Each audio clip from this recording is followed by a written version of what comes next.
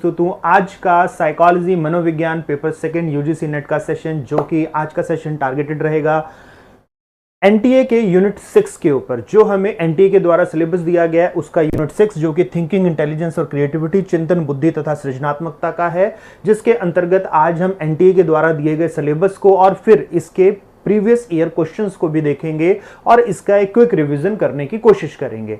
तो चलिए शुरू करते हैं इस सेशन को। तो जो साथी मेरे साथ इस विषय को डिटेल में पढ़ना चाहते हैं दिसंबर 2024 के लिए, तो अब दिसंबर 2024 के लिए अभी डिस्काउंट अवेलेबल है। प्रीवियस ईयर का जो हमारे पास है डिस्काउंट अवेलेबल है, 30 के बाद ये बढ़ जाएगा, तो आप इसको परचेज कर सकते हैं। अभी 49% ऑफ के साथ आपको 5600 का ये मिल रहा है, जिसके अंतर्गत आपको लाइव और रिकॉर्डेड क्लासेस 450 घंटे से ज़्यादा की 2500 से ज़्यादा क्वेश्चन, 1 वर्ष की वैलिडिटी रहेगी, यानी आपका ये जुलाई 2025 के लिए भी वैलिड रहेगा। 2024 से 2016 से 2024 तक के पीवाईक्यू इसमें मिलेंगे। 5 कंप्लीट मॉक टेस्ट 2 बारी, यानी टोटल 10 मॉक टेस्ट इसमें आपको मिल जाएंगे। इसमें टोटल 10 मॉक टेस्ट हमें मिल जाएंगे। तो चलिए साथियों, आज के सेशन को शुरू करते हैं और देखते हैं कि इसमें सिलेबस क्या है, जो कि हमारे पास है यूनिट 6, जो कि एनटीए के द्वारा सिलेबस दिया गया है यूनिट 6 के रूप में, थिंकिंग, इंटेलिजेंस एंड क्रिएटिविटी, चिंतन, बुद्धि तथा सृजनात्मकता। तो देखें तो इसमें हमें जो टॉपिक्स दिए गए हैं, वो कौन कौन से हमें देखने को मिलते हैं। यूनिट 6 है theoretical perspectives on thought process, विचार प्रक्रम पर सैद्धांतिक दृष्टिकोण, जिसमें associationism, gestalt, information processing, feature integration model. जब हम देखें तो हमारे पास जो हमें इसका देखने को मिलता है प्रादुर्भाव, वो देखने को मिलता है साहचर्यवाद, जो कि हमारा एसआर बॉन्डिंग है, गेस्टॉल्टवाद, सूचना प्रक्रमण, जो आज की डेट में हम थिंकिंग को देखते हैं, और फिर फीचर इंटीग्रेशन मॉडल, जो कि हमारे मेमोरी मॉडल से निकला हुआ, क्योंकि इंफॉर्मेशन प्रोसेसिंग और फीचर इंटीग्रेशन ये दोनों मेमोरी मॉडल से निकले हुए थिंकिंग मॉडल है। ये हमारा जो स्मृति के हम देखेंगे अलग अलग प्रतिमान है, उनसे निकले हुए हमारे चिंतन प्रतिमान है। फिर कंसेप्ट फॉर्मेशन, संप्रत्यय निर्माण, rules, types, strategies, role of concepts in thinking, नियम, प्रकार, कार्यनीतियां, चिंतन में संप्रत्यय की विभिन्न भूमिकाएं। फिर अगर हम देखें तो हमें टाइप्स ऑफ रीजनिंग, तर्कना के प्रकार, लैंग्वेज एंड थॉट, भाषा और विचार हमें देखने को मिलते।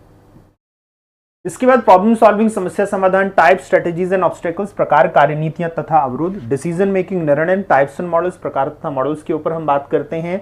फिर मेटाकॉग्निशन, मेटा संज्ञान, या इसे हम परासंज्ञान भी कहते हैं।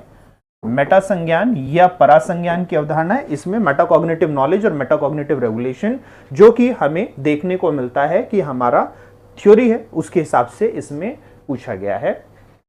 फिर अगर हम देखें तो इंटेलिजेंस, बुद्धि, Spearman, Thurstone, Jensen, Cattell, Gardner, Sternberg, Goldman, दासकारेन, पैरेला, ये हमें सारे के सारे थ्योरीज देखने को मिलते हैं, अलग अलग साइकोलॉजिस्ट की, अलग अलग मनोवैज्ञानिक की, बुद्धि सिद्धांत हैं ये। फिर सृजनात्मकता, क्रिएटिविटी में भी हमें थ्योरी देखने को मिलती है, टॉरेंस की, गैस्टल की, गिलफोर्ड की और वालेसन कॉगन की, इनकी हमें सृजनात्मकता सिद्धांत देखने को मिलेंगे। इंटेलिजेंस और क्रिएटिविटी का जो हमारा स्टडी है उसके ऊपर हम बात करते हैं। चलिए, तो ये हमारे 10 टॉपिक थे जो कि हम इसके अंतर्गत देखते हैं। अब एक एक करके हम पीवाईक्यूज को देखेंगे इसमें और कुछ रिवीजन करने की कोशिश करेंगे, कुछ टॉपिक्स हम रिवीजन करने की कोशिश करेंगे। तो चलिए पहला हम देखते हैं, which of the following is involve in the type A process of thinking as described by Wertheimer. Wertheimer द्वारा बताए गए सोचने की टाइप ए प्रक्रिया में से निम्नलिखित में से कौन से शामिल है। तो यहां जो हमने पहला ही टॉपिक देखा था थिंकिंग के पैराडाइम्स, जो कि हमने चिंतन की विचारधाराएं देखी थी, उसमें गेस्टॉल्टवादी विचारधारा थी। उस गेस्टॉल्टवादी विचारधारा में चिंतन के 2 प्रकार बताए हैं वर्दमेयर ने। तो कौन कौन से 2 प्रकार बताए हैं।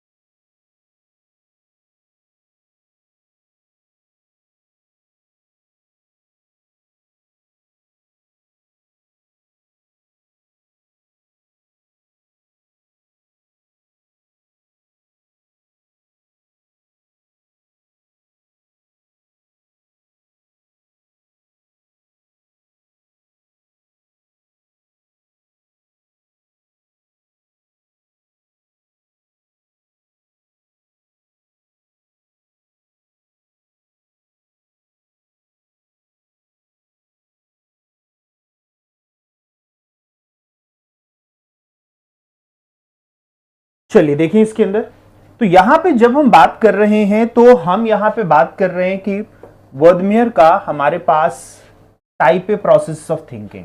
जब उन्होंने प्रोसेसेस ऑफ थिंकिंग के ऊपर बात करी, जब उन्होंने प्रोसेस ऑफ थिंकिंग के ऊपर बात करी, तो यहां पे हमें 1945 की बुक्स, उनकी जो वर्क्सवायर थी, उस वर्क्सवायर के ऊपर हमारे पास बहुत सारे पोस्टह्यूमस उनके पब्लिकेशन देखने को मिलते हैं। उनकी मृत्यु के बाद जो उनके हमारे पास जर्मन में बहुत सारे पब्लिश वर्क थे, उनको बुक्स के रूप में पब्लिश किया गया। तो उसी में 1945 की उनकी बुक देखने को मिलती है, जिस बुक को का नाम हम देखते हैं प्रोडक्टिव थिंकिंग।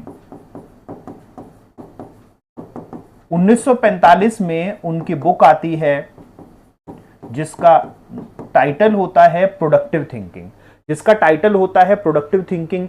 इस प्रोडक्टिव थिंकिंग बुक में वो दो तरह के टाइप प्रोसेसेस ऑफ थिंकिंग के ऊपर बात करते हैं। वो यहां पर बात करते हैं 2 टाइप्स ऑफ प्रोसेसेस, या थिंकिंग भी कह सकते हैं कि 2 types of thinking are there. तो यहां पर ये बात करते हैं 2 प्रकार के चिंतन प्रक्रियाएं होती हैं, 2 प्रकार की चिंतन प्रक्रियाएं होती हैं। टाइप ए में ये बात करते हैं प्रोडक्टिव थिंकिंग की,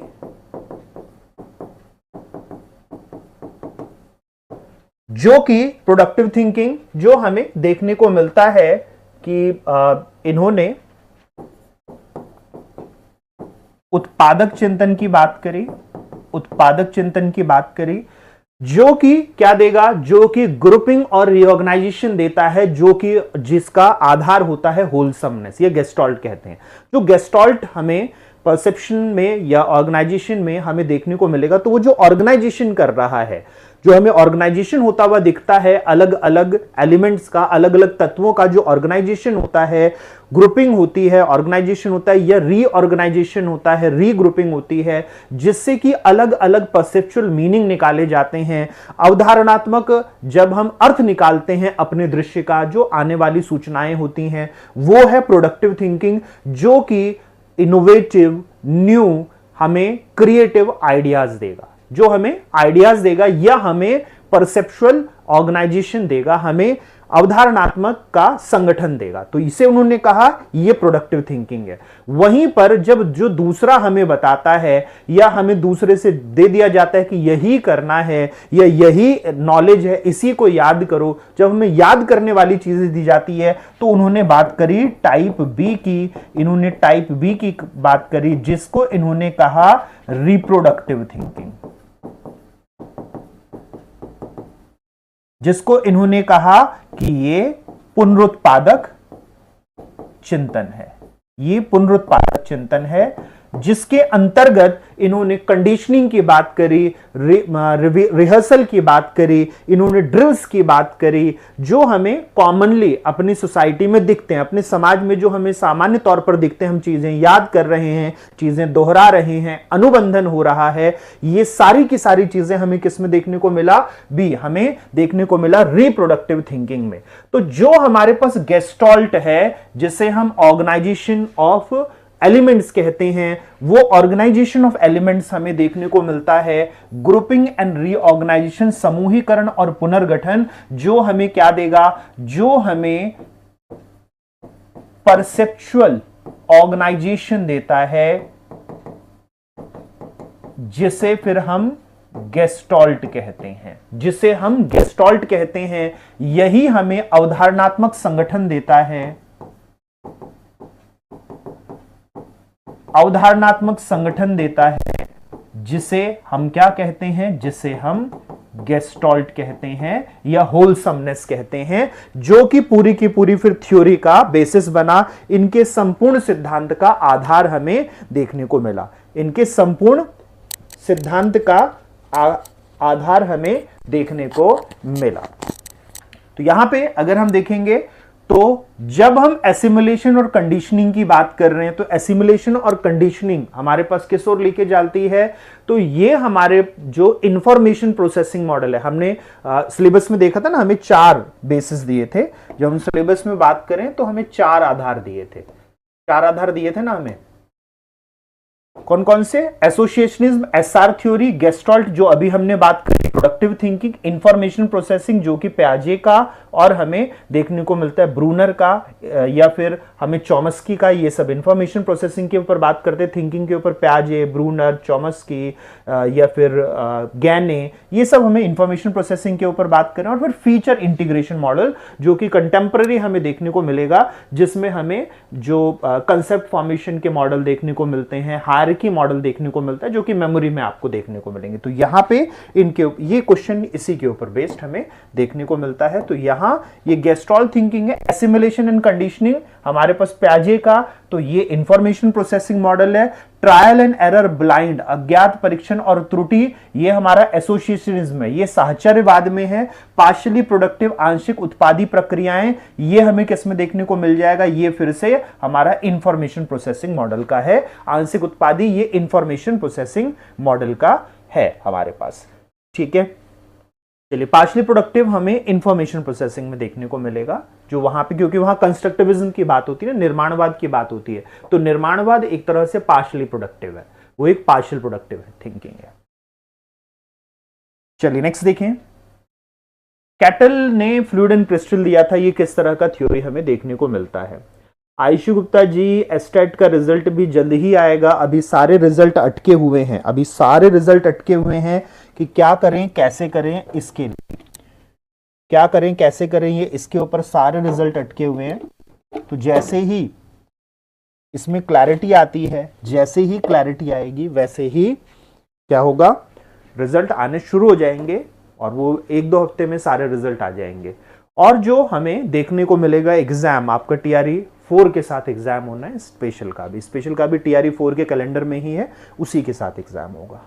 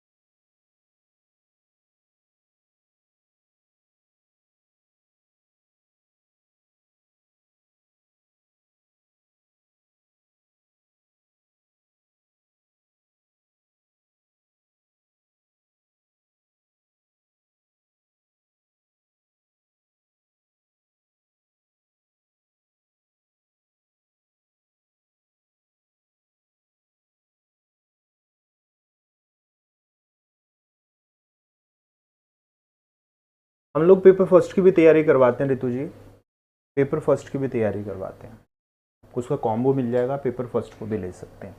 चलिए, यहां पे जब हम बात करें तो फ्लूइड एंड क्रिस्टल थ्योरी हमारे पास पहले आई थी और उसके बाद हमारे पास हमें सीएचसी मॉडल देखने को मिलता है, हमें सीएचसी मॉडल देखने को मिलता है, ठीक है। जब सीएचसी मॉडल के ऊपर बात करते हैं तो ये हमें देखने को मिलता है कैटल, हॉर्ने एंड कैरॉल मॉडल, ये 3 मॉडल हमें देखने को मिलता है, 3 मॉडल देखने को मिलता है, जिसमें जब हम देखेंगे तो ये कैरॉल मॉडल के ऊपर बेस इन्होंने बनाया, जो कि हमें कैरॉल मॉडल था, इसके ऊपर बेस्ड इन्होंने अपनी फ्लूइड एंड क्रिस्टल की थ्योरी हॉर्ने के साथ मिलकर दी।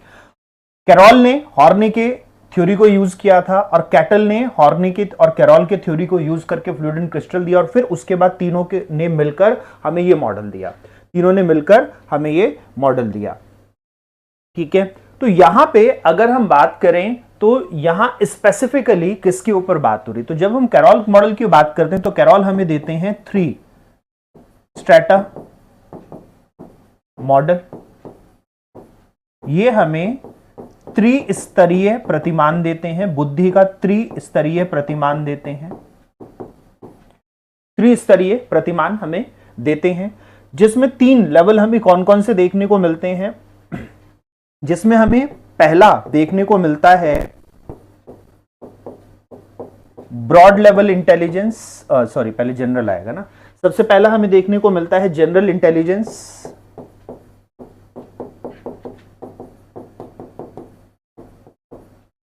जिसको जी के नाम से ये डिनोट करते हैं, सामान्य बुद्धि।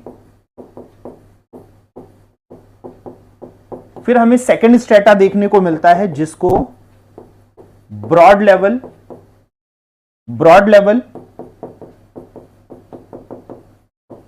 इंटेलिजेंस कहते हैं, जिसमें 9 इन्होंने दिए। उन 9 में हमें 2 देखने को मिलते हैं। कौन से 2 देखने को मिलते हैं? GF यानी फ्लूइड इंटेलिजेंस, और हमें देखने को मिलता है GC यानी crystalline intelligence.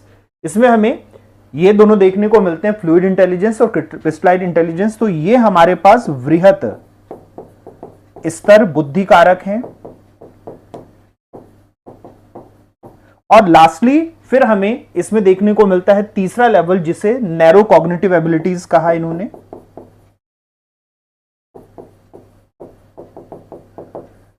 Narrow cognitive abilities, संकीर्ण संज्ञानात्मक क्षमताएं,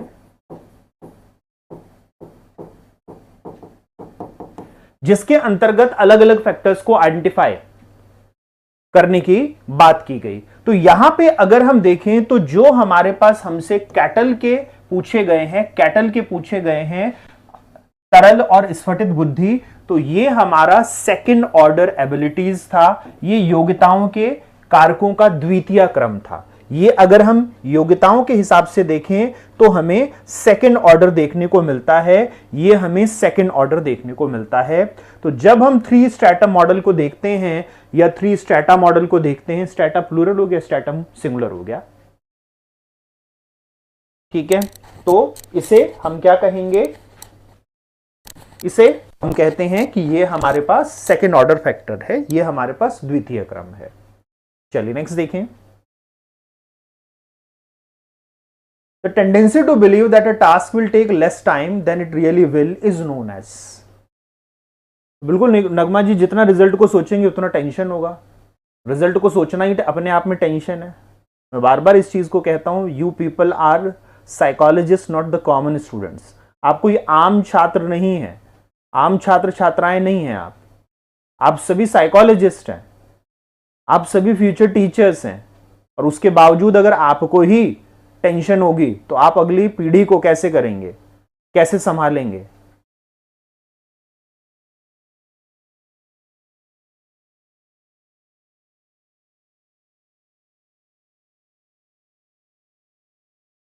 अभिलाषा यादव जी, जब हम देखें नैरो के ऊपर, तो नैरो के ऊपर जब हम बात करते हैं तो ये एक्चुअली हमारे पास कैटल का फैक्टर एनालिसिस हमें देखने को मिलता है। यही कैटल का फैक्टर एनालिसिस देखने को मिलता है। The tendency to believe that task will take less time than it really will is known as। किसी कार्य में वास्तव में लगने वाले समय में अगर हम कम समय की अवधारणा देख रहे हैं तो इसे हम क्या कहते हैं?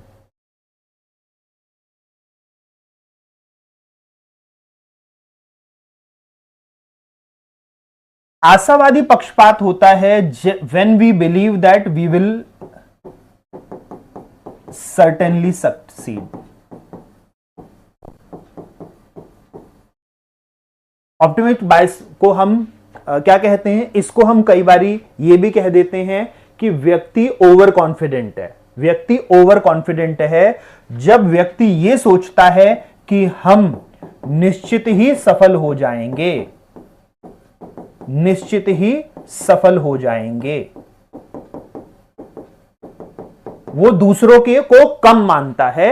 यहां पर एक्चुअली दूसरों को कम मानने की प्रवृत्ति, पक्षपात तब आता है जब दूसरों को कम मानने की प्रवृत्ति होती है। हम ये मानते हैं, अरे इससे तो मैं जीत ही जाऊंगा, अरे ये एग्जाम तो मैं क्रैक ही कर लूंगा, ठीक है। इसी में हमें एक एग्जाम्पल एक देखने को मिलता है कि जो बहुत अच्छे तैराक होते हैं वो किनारे पे आके डूब जाते हैं। तो ये जो किनारे पे आके डूबने वाली प्रवृत्ति है वो ऑप्टिमिस्टिक बायस के कारण होती है कि व्यक्ति सोचता है अरे मैं तो पहुंच ही गया हूं, मैं तो पहुंच ही गया हूं। तो यहां पर जो बायसनेस है वो किसकी बात हो रही है? वो बात हो रही है आशावादी पक्षपात, जब व्यक्ति अपने आप को निश्चित तौर पर सफल समझता है। लेकिन यहां पर बात की गई है समय से कम समय लगेगा, task will take less time than it really will.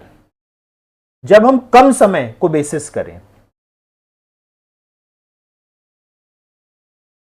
ठीक है, तो यहां पे समय कम होने की बात है। आशावाद या निराशावाद सफलता और असफलता से जुड़ी रहती है। आशावाद, और यहां सफलता की बात ही नहीं की गई है, यहां सफलता की बात ही नहीं की गई, ना असफलता की बात की गई।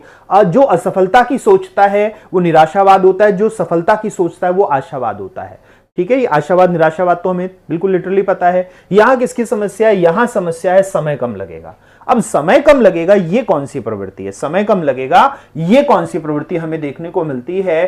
तो यहां पर जब हम बात करते हैं मैजिकल थिंकिंग, जब हमारे पास मायावी चिंतन होता है, मैजिकल थिंकिंग होती है, तो यहां बात की जाती है। जैसे कई लोगों को आता होगा ना, सपना आता होगा कि अरे हम जा रहे थे कहीं पर और हमें 5 करोड़ रुपए मिल गए, है ना, ये आता है ना। यह सपना आता है कि मेरी 2 करोड़ की लॉटरी लग गई, है ना, कई बार ये सपना आता है ना। ये सब मैजिकल थिंकिंग होती है, ये सब मायाविक चिंतन होते हैं, जहां पे हम अलग अलग तरह से जो इम्पॉसिबल चीजें होती हैं वो पॉसिबल करके अपने लिए सोचना शुरू करते हैं। They all are magical thinking. ये हमें मैजिकल थिंकिंग देखने को मिल रहा है।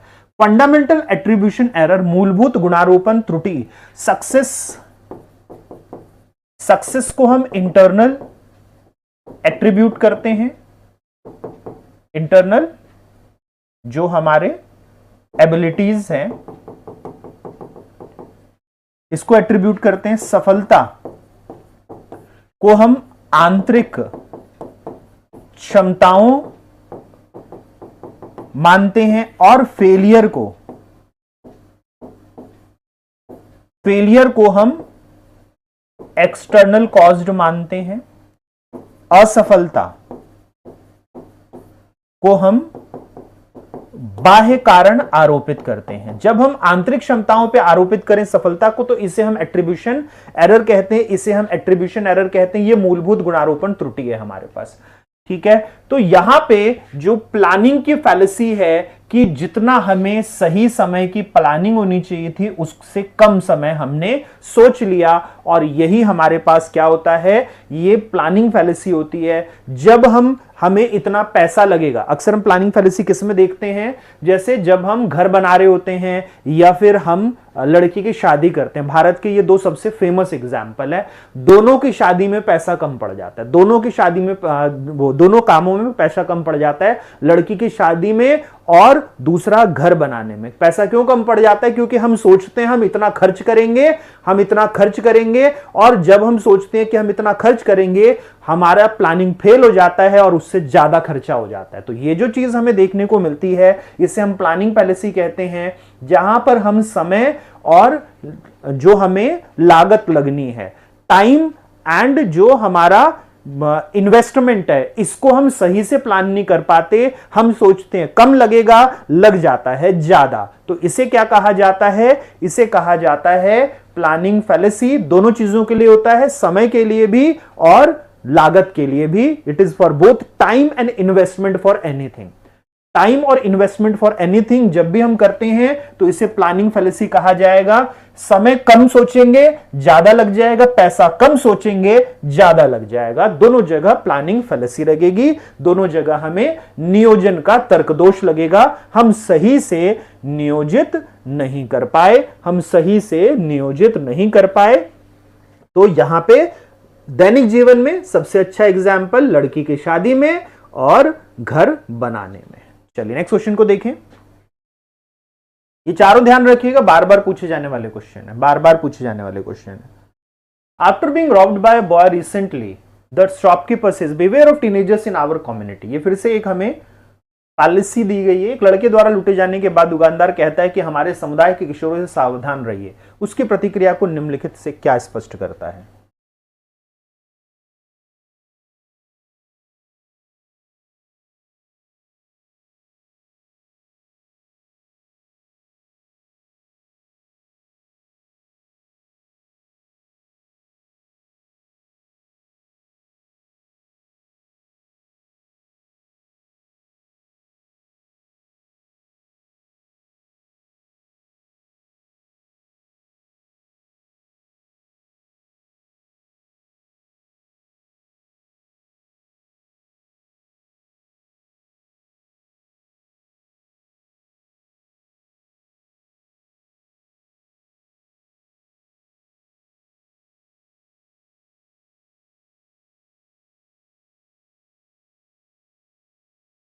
बॉय ने रॉबरी करी,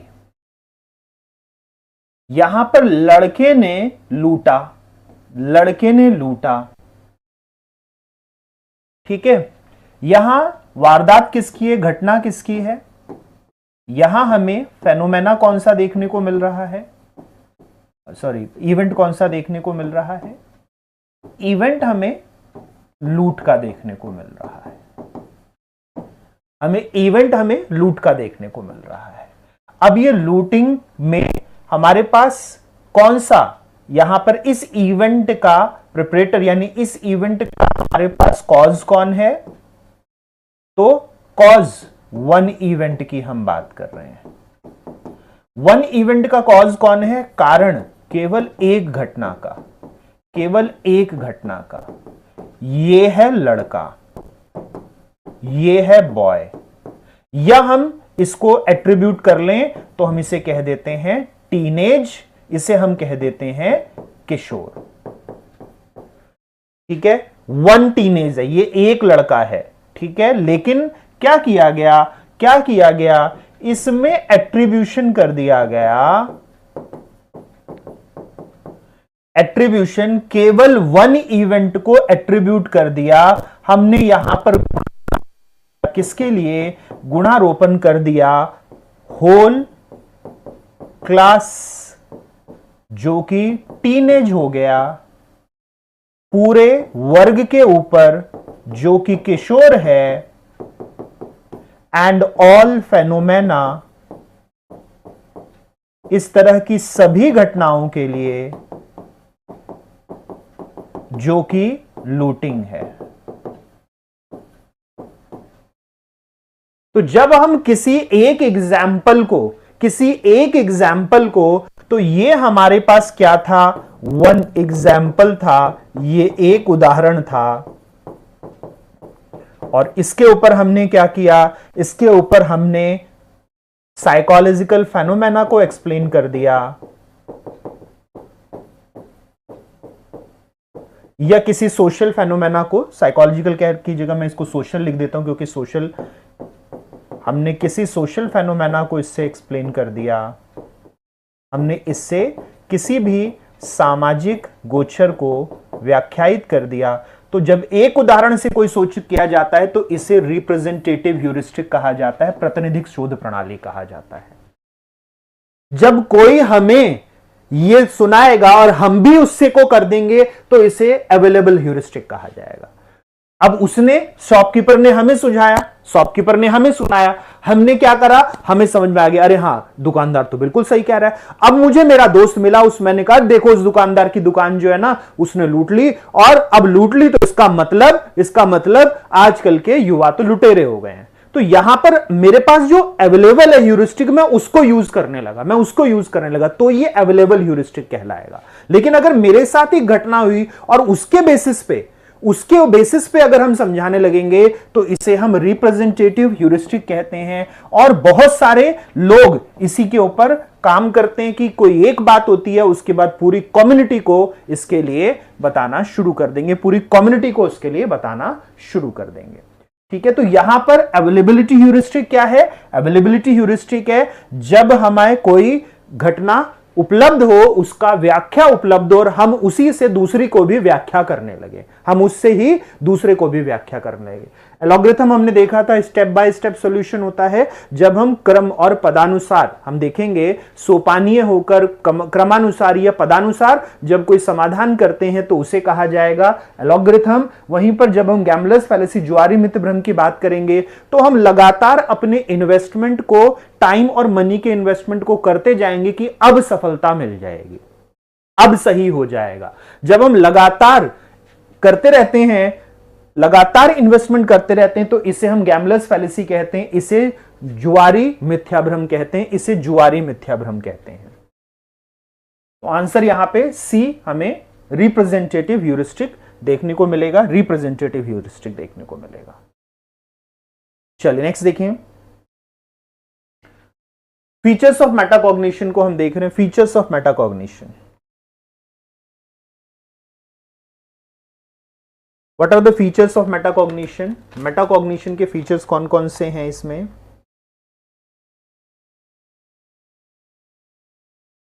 तो फ्लेबल का सिद्धांत हमें पता है, जिन्होंने मेटाकॉग्निशन के ऊपर थ्योरी दी।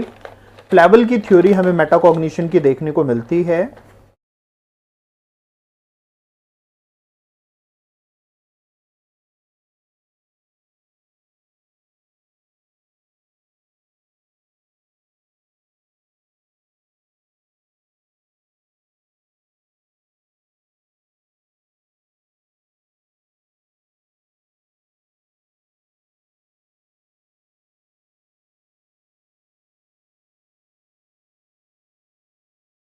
Encoding, regulation, monitoring, evaluation.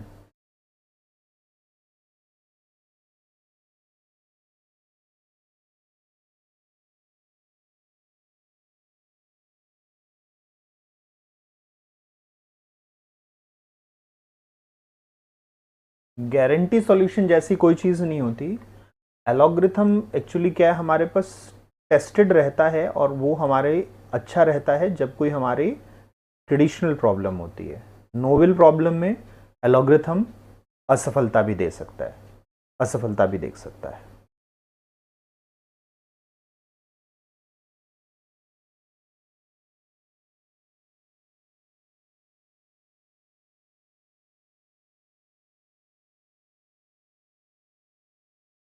जब हम यहां पे थ्योरी की बात करें तो हमें इसमें फ्लेबल की थ्योरी देखने को मिलती है।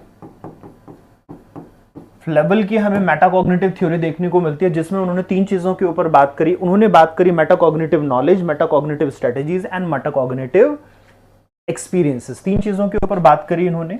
पहला, इन्होंने बात करी मेटाकॉग्निटिव नॉलेज,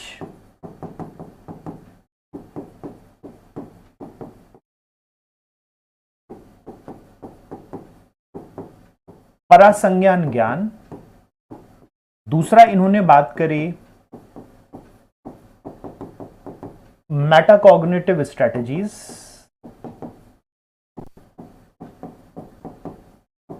परासंज्ञानात्मक रणनीतियां।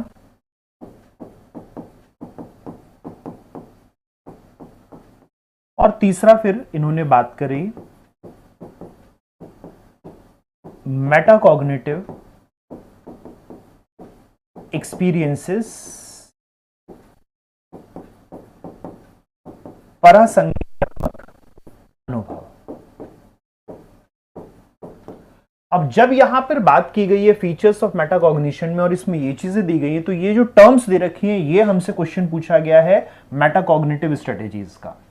मेटाकॉग्निटिव स्ट्रेटेजीज का पूछा गया है। अगर हम बात करें मेटाकॉग्निटिव नॉलेज की, तो डिक्लेरेटिव नॉलेज और फिर प्रोसीजरल नॉलेज और फिर हमें देखने को मिलता है कंडीशनल नॉलेज। ये तीन हमारा मेटाकॉग्निटिव नॉलेज होता है। यानी अलग अलग प्रोसेसेस में मेटाकॉग्निशन को हम देखेंगे। पहले मेटाकॉग्निशन को पहचानेंगे कि क्या हमारा कॉग्निशन है, क्या प्रोसेसेस होती हैं हमारी ब्रेन में, कॉग्निशन हमारा कैसे काम करता है, इसे हम कहते हैं डिक्लेरेटिव नॉलेज।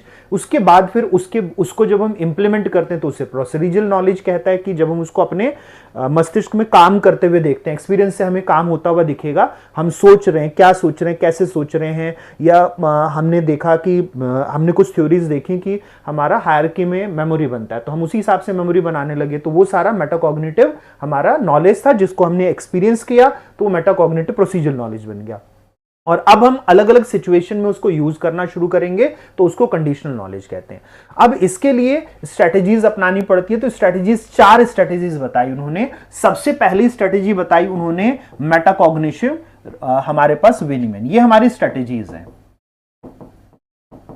ये हमारी रणनीतियां हैं। 4 रणनीतियां बताई इन्होंने 4 रणनीतियां बताई, 4 बताई रणनीतियां हमारे पास होती हैं। पहला इन्होंने रेगुलेशन दिया, दूसरा इन्होंने दिया प्लानिंग,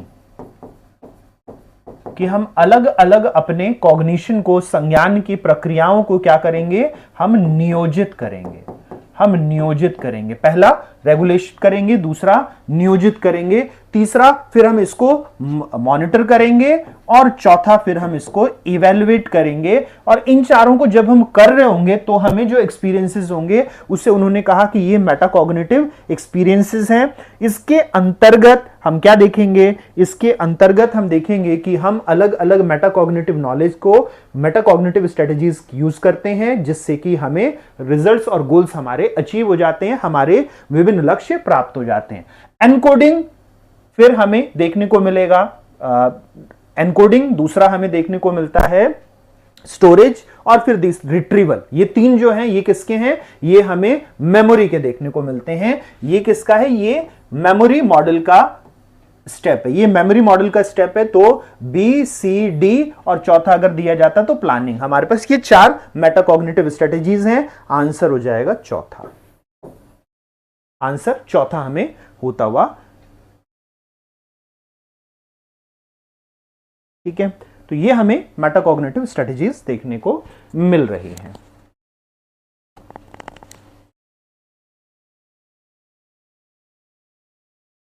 ठीक है, चलिए नेक्स्ट देखें। बिल्कुल एल्गोरिथम में स्टेप बाय स्टेप होगा, और थिंकिंग के बारे में थिंकिंग करते हैं तो वो मेटाकॉग्निशन होता है, बिल्कुल वो होता है। बिल्कुल 3 कंपोनेंट्स इसके मेटाकॉग्निशन के लेवल ने बताए, जो कि नॉलेज, एक्सपीरियंस एंड स्ट्रेटेजीज रही।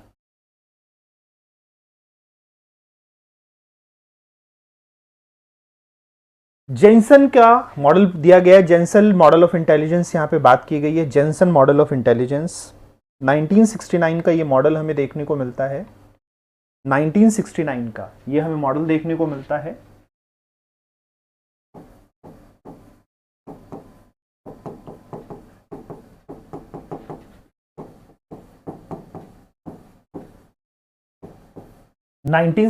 का ये मॉडल हमें देखने को मिलता है।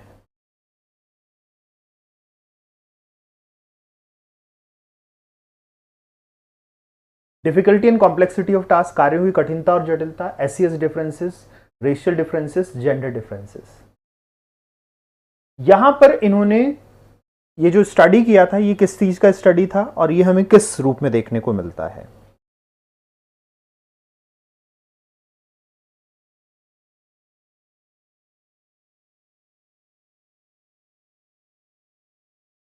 तो 1969 में इनका वर्क पब्लिश होता है। 1969 में हमें इनका वर्क पब्लिश होते हुए दिखता है।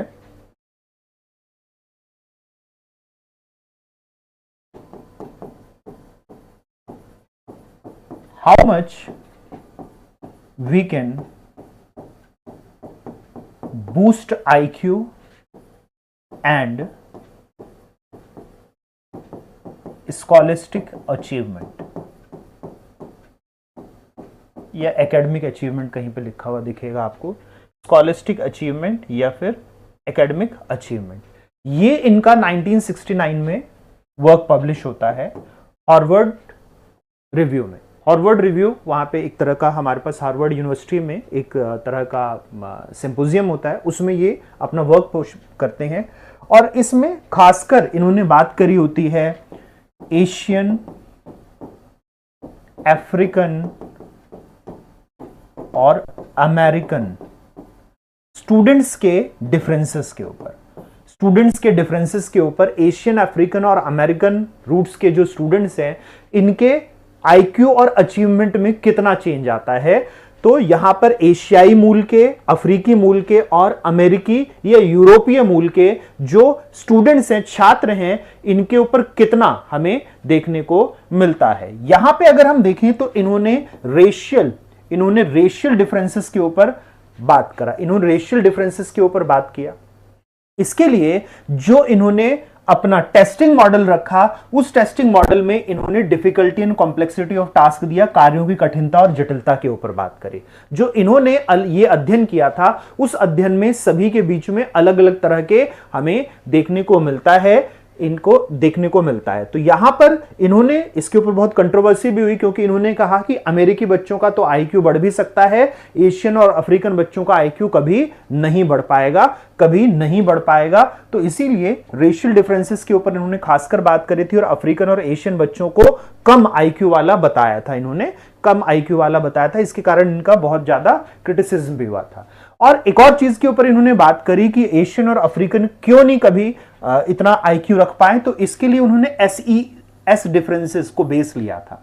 एसईएस डिफरेंसेस को बेस लिया था। एसईएस का मतलब हमारे पास क्या देखने को मिलता है, तो एसईएस हमारे पास है socio economic status. One of the causes में इन्होंने माना था, कारण जो माना था एसईएस में, वो माना था सामाजिक आर्थिक स्तर जो हमें देखने को मिलता है इन लोगों का अलग अलग होगा। सामाजिक आर्थिक स्तर एशियाई मूल के, अफ्रीकी मूल के और अमेरिकी या यूरोपीय मूल के जो बच्चे होंगे उनका अलग अलग मिलेगा।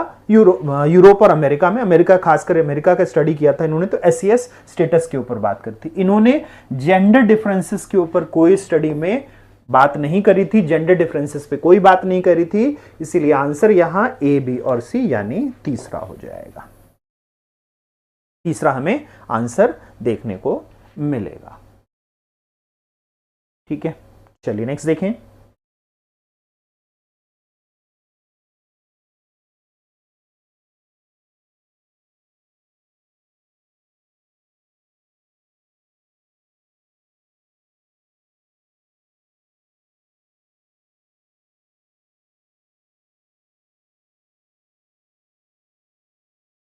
पीजी 2020 में हुआ है, 23 से 25 बीएड हो रहा है। बिल्कुल मौका मिलेगा आपको आगे पीजीटी में, कोई दिक्कत नहीं है इसमें।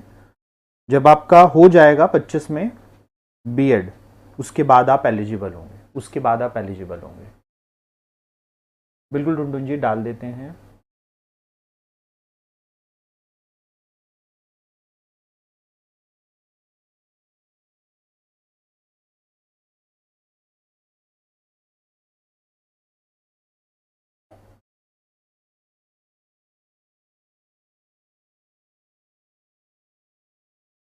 होमोजेनिटी कंसेप्ट किस उसमें किस कंसर्न में आप कह रहे हैं?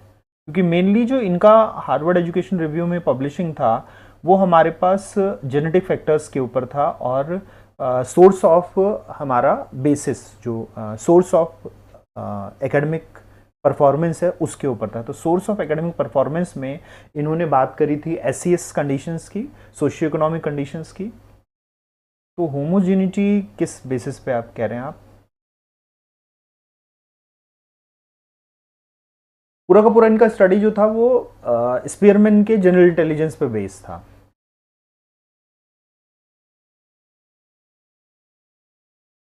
दो तरह की एबिलिटीज इन्होंने ली थी, लेवल 1, लेवल 2।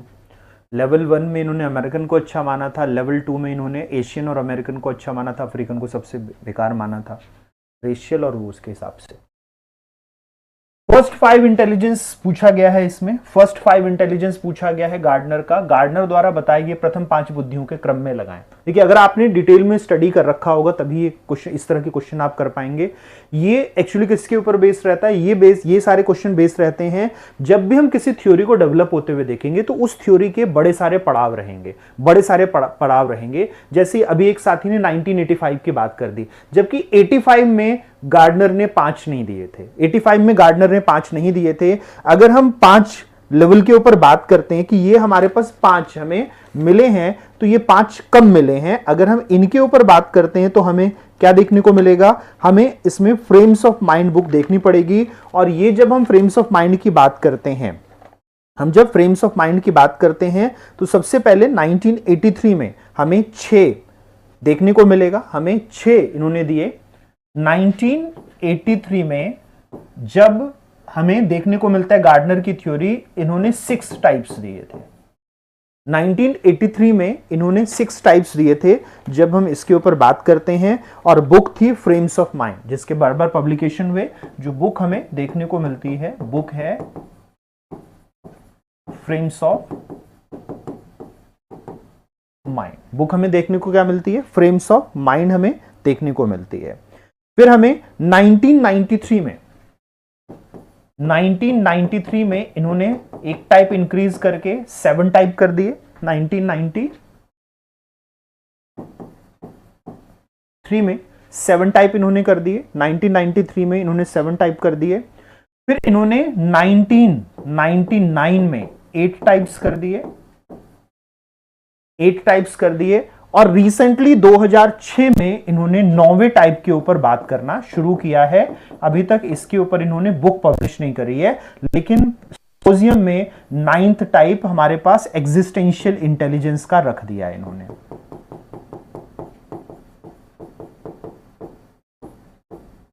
अस्तित्ववादी बुद्धि की इन्होंने बात कर दी है 2006 में। अस्तित्ववादी बुद्धि की 2006 में इन्होंने बात करी। नेचुरल प्रकृतिवादी बुद्धि इन्होंने 1999 में बात करी। प्रकृतिवादी बुद्धि की 1999 में बात करी। और इंट्रापर्सनल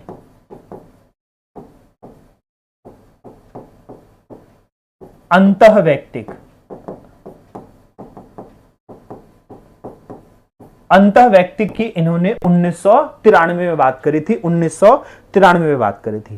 पहला जो इंटेलिजेंस इन्होंने दिया था वो था लिंग्विस्टिक इंटेलिजेंस। पहला इंटेलिजेंस लिंग्विस्टिक इंटेलिजेंस हमें देखने को मिलता है। दूसरा इन्होंने लॉजिकल मैथमेटिकल दिया था।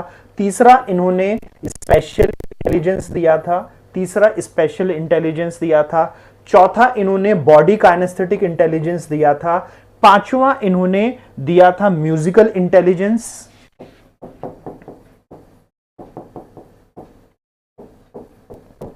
संगीतमय बुद्धि।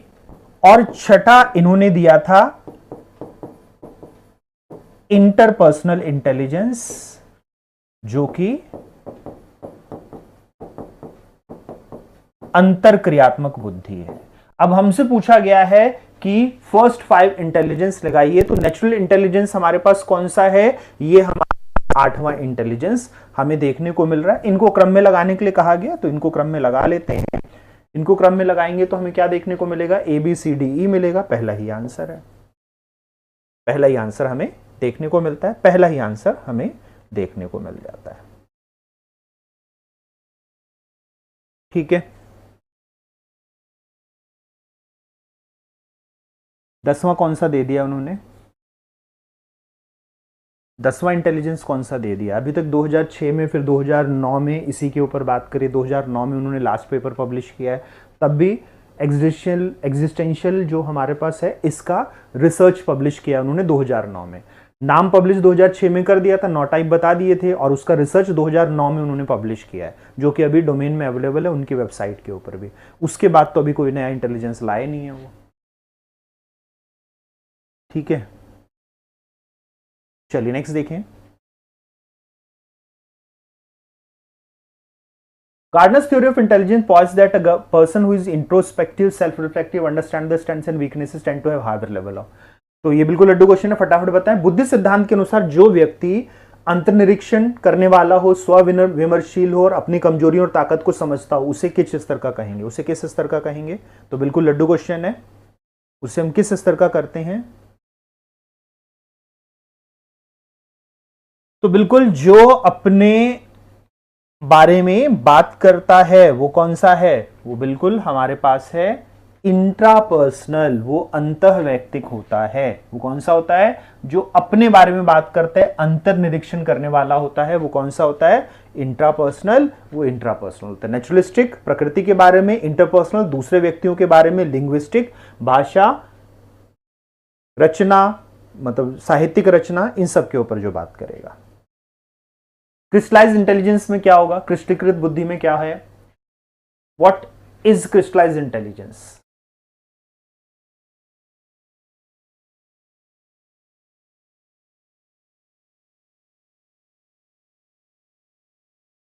तो फ्लूइड एंड क्रिस्टल थ्योरी में जो हमारे पास फ्लूइड है, जो हमारे पास तरल है, तरल हमारी बायोलॉजिकल कैपेसिटी होता है।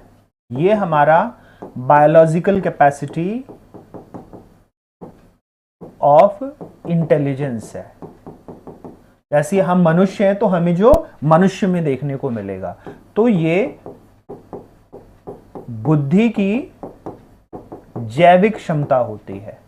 हम मनुष्य हैं तो हमें मनुष्य के बराबर अपने ब्रेन का डेवलपमेंट मिलेगा, अपने मस्तिष्क का विकास मिलेगा, जिससे कि हमारा विकसित होगा ब्रेन। ठीक है, वहीं पर अगर हम चूहे हैं तो चूहे के बराबर बुद्धि विकसित होगी, अगर हम हाथी हैं तो हाथी के बराबर बुद्धि विकसित होगी। ये जैविक क्षमता जो विकसित होती है इसे हम कहते हैं। जबकि जब हम क्रिस्टलाइज को कहते हैं, जब हम ठोस की बात करते हैं, तो इसमें हमें क्या देखने को मिलता है, ये है इंटेलिजेंस ड्यू टू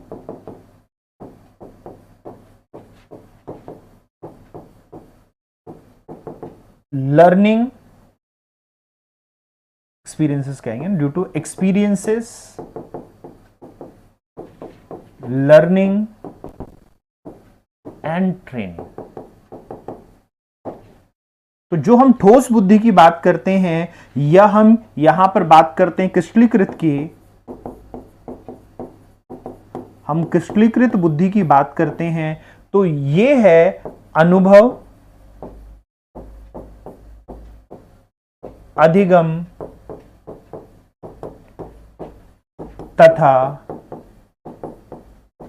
प्रशिक्षण द्वारा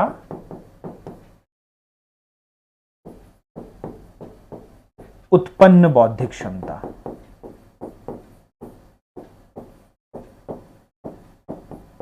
उत्पन्न बौद्धिक क्षमता, ये बौद्धिक क्षमता हमें किस ओर लेके जा रही है, ये हमें, तो यहां पर लर्न नॉलेज एंड स्किल्स जो होता है, अर्जित ज्ञान तथा कौशल से जो हमें बुद्धि देखने को मिलेगी, उसे हम क्रिस्टलीकृत कहते हैं, उसको हम क्रिस्टलीकृत कहते हैं, क्रिस्टलाइज्ड इंटेलिजेंस कहते हैं। ठीक है, चलिए नेक्स्ट देखें। The product approach to creativity primarily focuses on सृजनात्मकता के प्रति उत्पाद उत्पादन प्राथमिक रूप से निम्नलिखित पर केंद्रित है। जब हम उत्पाद उत्पादन के ऊपर बात करते हैं तो ये किसके ऊपर हमें देखने को बेस देखने को मिलता है,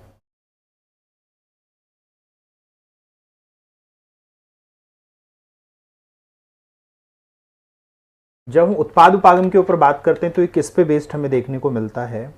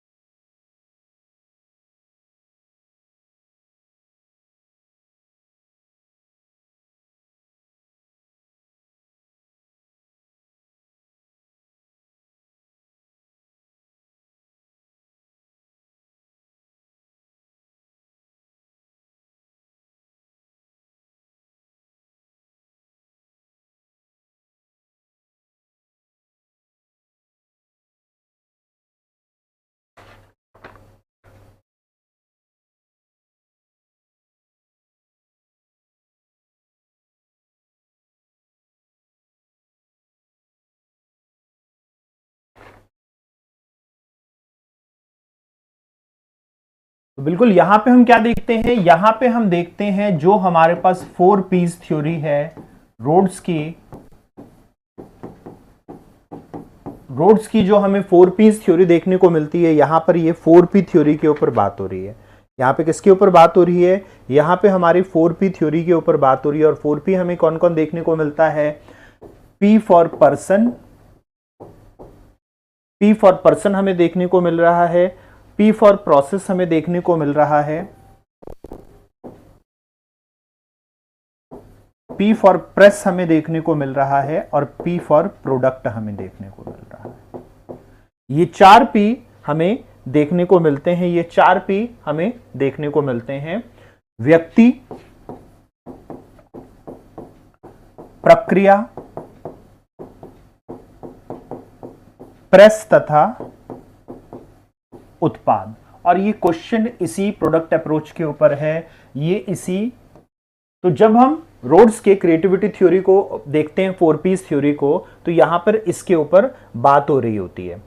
ठीक है, तो हमारे पास रचनात्मक व्यक्ति के लक्षण कैसे हैं, रचनात्मकता की प्रक्रिया हमें क्या देखने को मिल रही है, रचनात्मकता की प्रक्रिया क्या देखने को मिल रही है। प्रेस का मतलब यहां पर बात होती है ओवरऑल सिनेरियो या एनवायरनमेंट हम कह लें, सिनेरियो या हम यहां एनवायरनमेंट कह लें,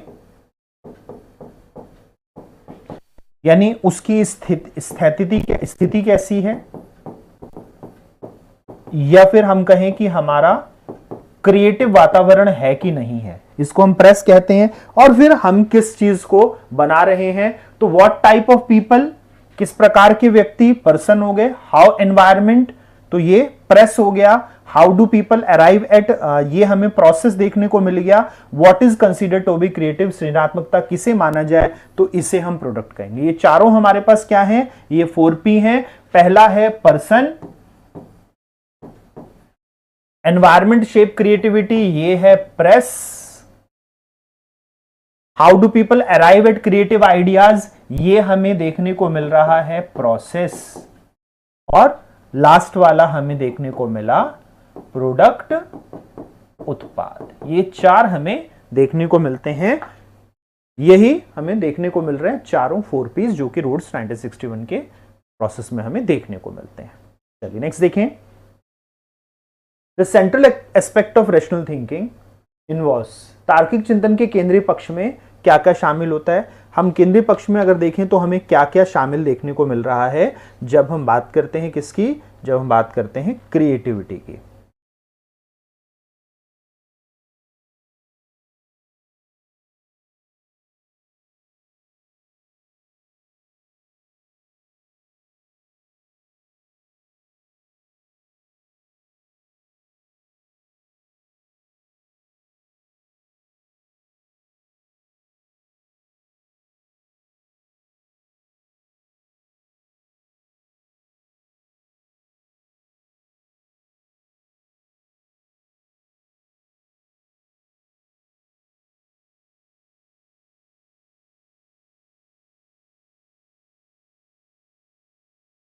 तो यहां रैशनल थिंकिंग के ऊपर बात हो रही है, यहां तार्किक चिंतन के ऊपर बात हो रही है।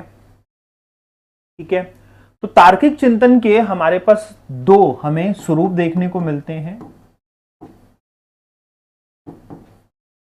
हमारे पास फंडामेंटल अगर हम देखेंगे तो 2 हमारे पास 2 मूलभूत प्रारूप हैं।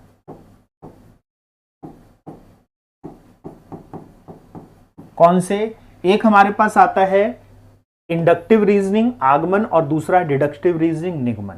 यह हमें देखने को मिलता है जब हम यहां पर क्या कर रहे होते हैं, जब हम किसी भी रूल से एग्जाम्पल की तरफ जाते हैं तो हम उसे डिडक्शन कह रहे होते हैं, वहीं पर एग्जाम्पल से रूल की तरफ जाते हैं रीजनिंग करते हुए तो उसे हम क्या कहेंगे। तो जब हम उदाहरण से किसी तार्किकता को सोचना शुरू करते हैं, अब यहां पर कंडक्शन लॉजिक हमारे पास कोई चीज नहीं होती। लॉजिक में रिडक्शन अप्रोच, ये हमारे पास रिडक्शन अप्रोच क्या है, न्यूनीकरण उपागम क्या है, ये हमारा किसी भी जो हमने प्रॉब्लम सॉल्विंग ली, समस्या समाधान लिया, उसके लिए हमें देखने को मिलता है। पैराडाइम, ये हमारा क्या है, ये हमारा नॉलेज कंपोनेंट है, ये नॉलेज कंपोनेंट है, ये लॉजिक नहीं है, ये हमारा ज्ञान का हमें घटक देखने को मिलता है, ये ज्ञान घटक देखने को मिलता है। जबकि अगर ये दोनों हम लेके चल रहे हैं तो ये प्रॉब्लम सॉल्विंग से जुड़े हुए हैं, ये प्रॉब्लम सॉल्विंग से, थिंकिंग से कहें या थिंकिंग से कहें, हम उससे जुड़े हुए हैं। ओवरऑल थिंकिंग में ये सारे टॉपिक्स आते हैं, समस्या समाधान या चिंतन से जुड़े हुए पक्ष हमें देखने को मिलते हैं। पर्टिकुलरली हमारा जो तर्कना है, रीजनिंग है, उससे नहीं, रीजनिंग हमें 2 तरह की देखने को मिलती है। एग्जाम्पल इसके 2 टाइप्स कहें, कई बार टाइप्स भी इसको कह जाता है, 2 प्रकार की रीजनिंग है, इंडक्टिव रीजनिंग और डिडक्टिव रीजनिंग। चिंतन, आगमात्मक तर्कना और निगमनात्मक तर्कना, ये हमें देखने को मिल रहा है। बिल्कुल जनरल टू पर्टिकुलर कह लीजिए, पर्टिकुलर टू जनरल कह लीजिए, ये भी हम कह सकते हैं। जनरल टू पर्टिकुलर, या इसके लिए एक और टर्म यूज किया जाता है, सामान्य से विशिष्ट इसे कहा जाएगा विशिष्ट से सामान्य।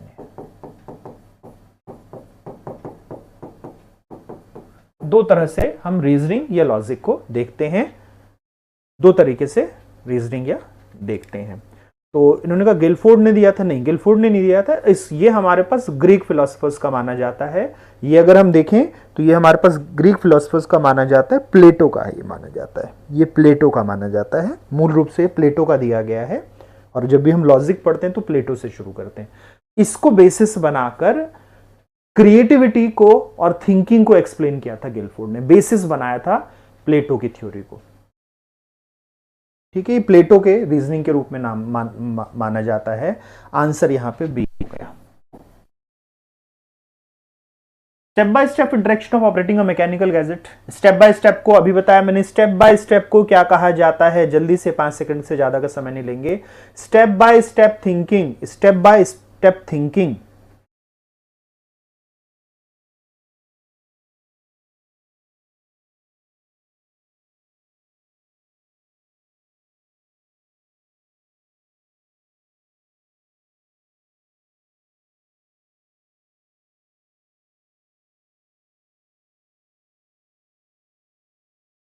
बिल्कुल स्टेप बाय स्टेप अभी हमने डिस्कस किया था। कलन विधि होती है, एलॉग्रिथम होता है, एलॉग्रिथम होता है जब हम कहते हैं, जब हम यहां पे कॉज इफेक्ट रिलेशनशिप बनाते हैं तो इसको मीन एंड कहा जाता है। जब हम किसी पहले से मौजूद को यूज कर रहे होते हैं तो इसे ह्यूरिस्टिक कहते हैं। किसी पहले से मौजूद हमारा सॉल्यूशन को हम किसी दूसरे पे लगा लेते हैं, इसे हम ह्यूरिस्टिक कहते हैं। और गड़बड़ ट्रबल शूटिंग का मतलब हमने कोई सॉल्यूशन ढूंढा, उसमें कुछ कुछ गड़बड़ हुई तो सिर्फ उस गड़बड़ को दूर करके और समाधान ढूंढ लेना, इसे हम ट्रबल शूटिंग कहते हैं।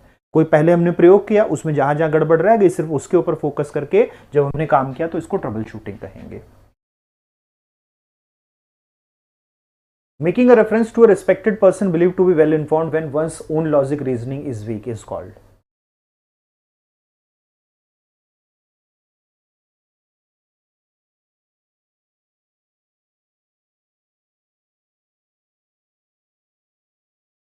जब किसी व्यक्ति की तर्कना क्षमता कमजोर होती है तो सुअवगत होने के विश्वास किए जाने हेतु किसी सम्मानित व्यक्ति का संदर्भ देना क्या कहलाता है?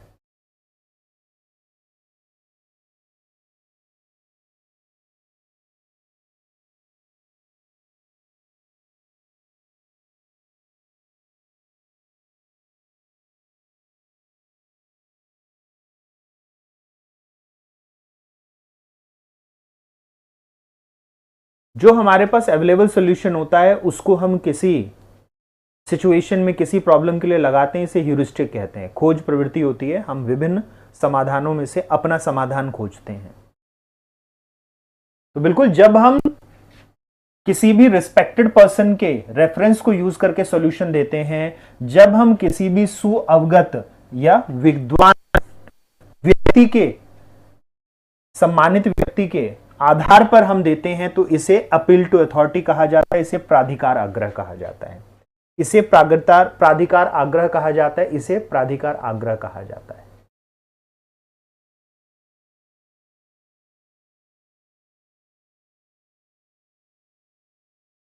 एक कथन हम सभी कथनों के लिए लगा देते हैं तो उसे ओवर जनरलाइजेशन, अति सामान्यीकरण कहा जाएगा। जब हम किसी एक कथन को सभी के लिए सामान्य मान ले, सभी के लिए समान मान ले तो इसे ओवर जनरलाइजेशन कहा जाता है, इसे अति सामान्यीकरण कहा जाता है।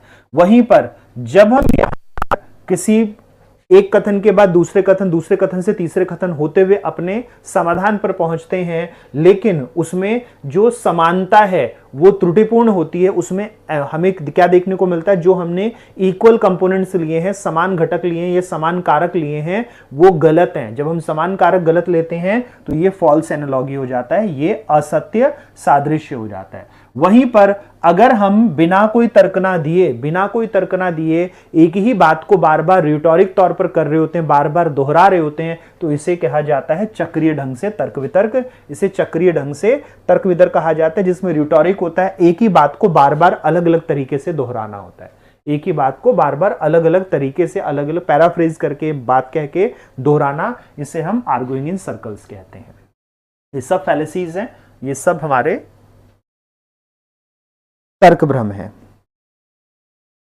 When a person who needs to use a tool in novel में but can not do it is attributed to, जब किसी व्यक्ति को जैसे किसी उपकरण को नवीन तरीके प्रयोग करने की आवश्यकता है किंतु वह नहीं कर सकता, यह निम्नांकित किस गुण विशेषित है?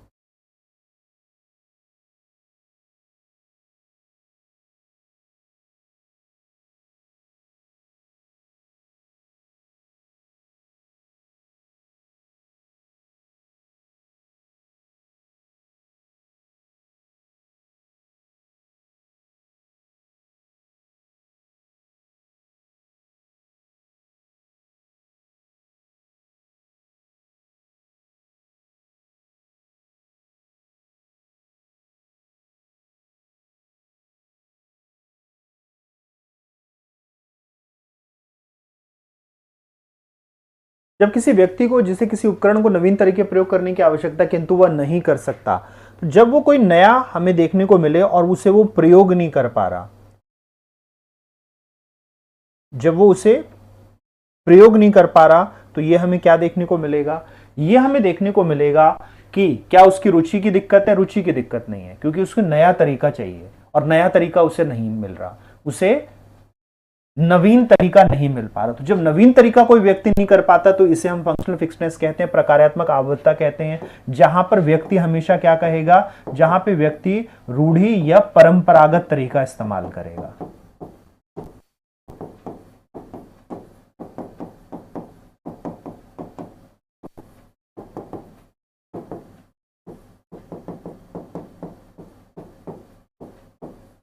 और नोवल वे वो नहीं कर पाता, वो नवीन तरीका प्रयोग नहीं कर पाता, तो हम इसे फंक्शनल फिक्सनेस कहते हैं। वो हमेशा पुराना तरीका या परंपरागत तरीका इस्तेमाल करता रहता है, वो परंपरागत तरीका इस्तेमाल करता रहता है, तो इसे हम फंक्शनल फिक्सनेस कहते हैं, इसे फंक्शनल फिक्सनेस कहते हैं। ये डेफिनेशन है हमारे पास। इंफॉर्मेशन प्रोसेसिंग अप्रोच इनमें से कौन सी है? इनमें से कौन सी सूचना प्रक्रमण हमें उपागम देखने को मिल रहा है? सूचना प्रक्रमण उपागम हमें किस में देखने को मिल रहा है?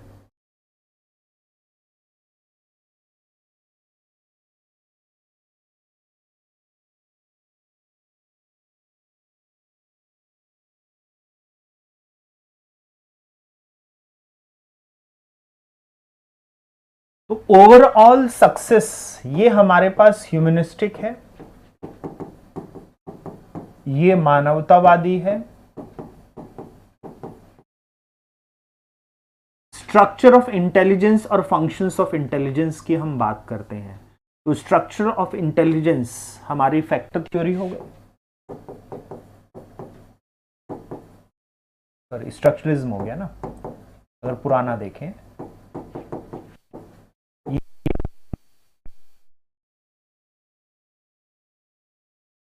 ह्यूमनिज्म हम कह रहे हैं इसको।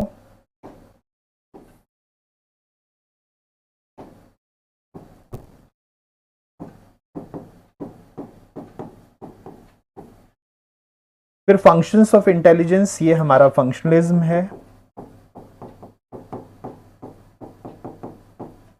ये हमें देखने को मिलता है प्रकार,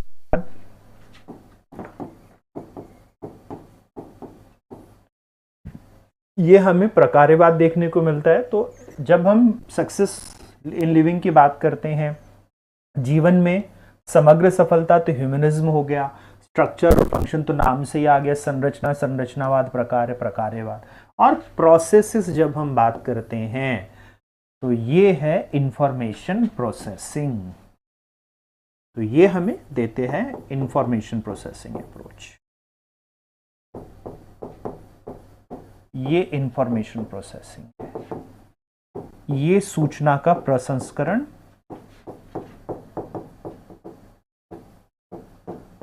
या प्रक्रमण है। पास मॉडल में, प्याजे मॉडल में, वाइगॉस्की मॉडल में, ये सारे के सारे प्याजे, वाइगॉस्की, पास, ये सब मॉडल जो है ये इंफॉर्मेशन प्रोसेसिंग के, चॉमस्की, ये सब के मॉडल इंफॉर्मेशन प्रोसेसिंग के सूचना प्रक्रमण के हमें देखने को मिलते हैं। चलिए नेक्स्ट देखें। Which of the following statement are true? निम्नलिखित में से कौन से कथन सत्य हैं? कौन से कथन सत्य हैं? All intelligent persons are creative, सभी बुद्धिमान व्यक्ति सृजनात्मक तो होते हैं। Creativity is also known as divergent thinking, सृजनात्मकता सारे चिंतन के रूप में जाना जाता है। क्रिएटिविटी इज जेनेटिकली डिटरमाइंड, सृजनात्मकता अनुवांशिक रूप से निर्धारित होता है। Research is not conclusive about the relationship between and creativity, बुद्धि और सृजनात्मकता के मध्य संबंध के बारे में शोध निश्चयात्मक नहीं है, निश्चयात्मक नहीं है।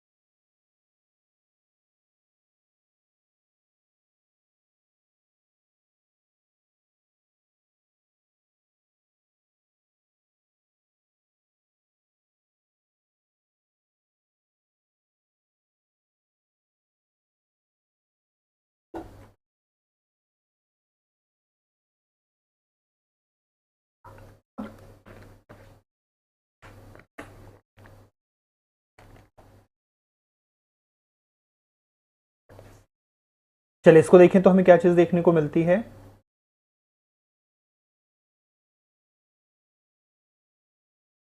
ऑल इंटेलिजेंट पर्सन, सभी बुद्धिमान व्यक्ति सृजनात्मक होंगे, तो ये कथन गलत है। हमारे पास इंटेलिजेंस और क्रिएटिविटी का जो हमें कोरिलेशन दिखाया गया है, जब हमने देखा कि हमें बुद्धिमत्ता और सृजनात्मकता का, तो ये देखने को मिला कि सभी बुद्धिमान व्यक्ति सृजनात्मक होंगे, ऐसा सही नहीं हमें देखने को मिलता है। Creativity also known as divergent thinking, तो बिल्कुल गिलफोर्ड ने इसके ऊपर बात करी, creativity is divergent thinking. Guilford बताते हैं कि हमारा जो सृजनात्मकता है वो अपसारी चिंतन है।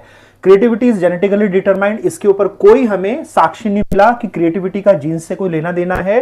अगर ऐसा होता तो सृजनात्मक बच्चों के बच्चे भी सृजनात्मक होते, तो इतने सारे लोग हमें दिखे जो खुद सृजनात्मक थे लेकिन उनके बच्चे सृजनात्मक नहीं थे। तो इसलिए कोई जेनेटिक डिटर्मिनेशन हमें किसी भी शोध में पता नहीं चला। इसके ऊपर बहुत सारे जेनेटिक स्टडी किए गए कि सृजनात्मकता जेनेटिक है कि नहीं है, तो इसके बारे में कोई चीज नहीं पता चल। Research is not conclusive about the relation between किसके बिटवीन बुद्धि और, बिल्कुल यहां पे नॉट कंक्लूसिव है, ये बिल्कुल हमें ठीक देखने को मिलता है। कोई कंक्लूजन बहुत अच्छा, शोध निश्चयात्मक नहीं है, इसीलिए हम ये मानते हैं कि दोनों एक दूसरे पर निर्भर नहीं करते। बी और डी यानी हमें चौथा answer.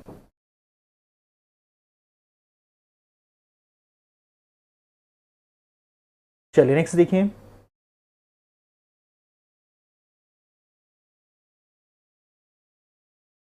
Which of the following indicate aspects of language development? निम्नलिखित में से कौन कौन भाषा विकास के पक्षों की ओर इंगित करता है? भाषा विकास के पक्ष कौन कौन से हैं? बिल्कुल लड्डू क्वेश्चन।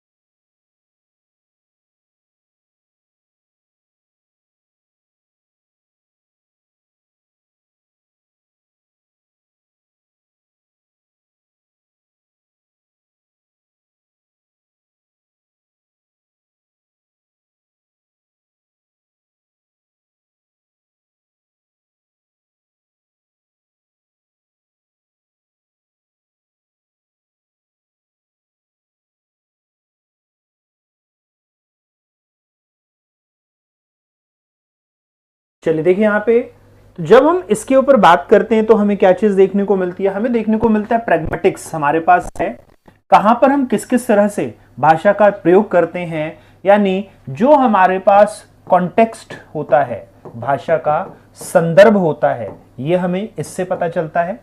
फिर सिंटेक्स हमें देखने को मिलता है, जितना भी हमारे पास स्पीच है, जो हम भाषा का विज्ञान देखते हैं, वो हम किससे देखते हैं? सिंटेक्स से देखते हैं, वाक्य विज्ञान से देखते हैं, वाक्य विन्यास से देखते हैं। वहीं पर सीमेंटिक्स भी हमें देखने को मिलता है, अर्थ विज्ञान, जो कि हमें किसकी तरफ लेके जाता है? जो हमें फिनिम से मॉर्फिम की तरफ लेके जाता है। जो हमें किसकी तरफ लेके जाता है? जो हमें स्वनिम से रूपिम की तरफ लेके जाएगा, रूपिम की तरफ लेके जाएगा। और यहीं से फिर हमें क्या मिलेगा? यहां से हमें फिर लेक्सिकॉन देखने को मिलेगा। यहीं से फिर हमें क्या देखने को मिलेगा, यहां से हमें शब्द का विन्यास देखने को मिलेगा, शब्द का विन्यास देखने को मिलेगा। तो यहां जब हम देखें तो हमें ये अर्थ विज्ञान की तरफ लेके जाता है, ये भी हमारे पास पार्ट है। तो स्पीच या पार्ट्स की हम बात करते हैं। स्पीच का मतलब हमारे पास पार्ट्स टू स्पीच की बात, हम भाषा के भागों से, हम भाषा के भागों से संपूर्ण भाषण के ऊपर बात करते हैं। ठीक है, कंटेक्स्ट हमारे पास कहां पे किस तरह की भाषा का इस्तेमाल किया जाएगा। इम्प्रिंटिंग हमारे पास हिस्सा नहीं है। इम्प्रिंटिंग किसका हिस्सा होती है, आंसर हो गया ए बी डी, यानी सी हमें आंसर देखने को मिल रहा है। इम्प्रिंटिंग हमारे पास हिस्सा नहीं है। इम्प्रिंटिंग किसका हिस्सा है, तो इम्प्रिंटिंग हमारे पास एक तो हिस्सा है सोशल सामाजिक, जैसे कि हम इसमें देखेंगे इम्प्रिंटिंग, हम देखेंगे जो हमारे पास बेबी और मदर का रिलेशन हमें देखने को मिलता है। इम्प्रिंटिंग थ्योरी हमें देखने को मिलती है जब हम सोशल साइकोलॉजी को देखते हैं, और वहां पे हम बात करेंगे किसकी, वहां पे हम बॉन्डिंग की बात करते हैं। साथ ही साथ इम्प्रिंटिंग हमें बिहेवियर में देखने को मिलता है, व्यवहार में देखने को मिलता है। जब भी हमारे पास बॉन्डिंग की बात होगी, जब भी आबंधन की बात होगी, तो आबंधन में हमेशा हमें इम्प्रिंटिंग देखने को मिलती है, इम्प्रिंटिंग देखने को मिलती है। आंसर यहां पे ए बी डी तीसरा हो जाएगा। ठीक है, बिल्कुल डक्ट वाली स्टडी, तो वो स्टडी नहीं है हमारे पास। इसमें स्टडी जो कहलाती है वो किसकी स्टडी है, वो हमें स्टडी देखने को मिलती है हैरो की और बॉले की, और वो किसकी है, मंकी, जो चाइल्ड की स्टडी है हमारे पास, बंदर के बच्चे के ऊपर जो शोध है देखने को मिलता है, वो इम्प्रिंटिंग का शोध है, वो इम्प्रिंटिंग का शोध है सोशल साइकोलॉजी का, सामाजिक मनोविज्ञान का। चलिए नेक्स्ट देखें। Which of the following is true about linguistic relativity hypothesis? निम्नलिखित में से कौन सा भाषा सापेक्षता प्राकल्पना के बारे में सही है। तो लिंग्विस्टिक इंटेलिजेंस हमारे पास अलग अलग हमें देखने को मिलता है।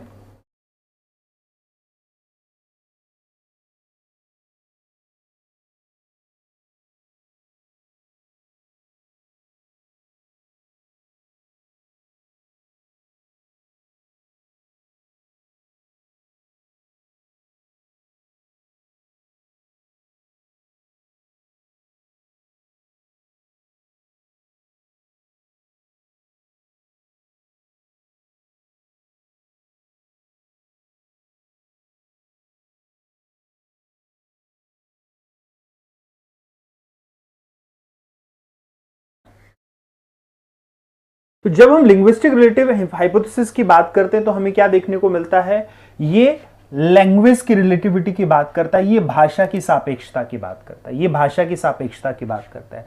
विचार से भाषा गलत है। ये एक हमारे पास सोशियो कल्चरल थ्योरी है, सोशियो कल्चरल थ्योरी है, ये सामाजिक सांस्कृतिक सिद्धांत है। ये बात करते हैं किसकी, ये बात करते हैं कि भाषा होगी, लैंग्वेज होगा, इसके ऊपर हमारी थिंकिंग एंड कॉग्निशन डिपेंड करेगा।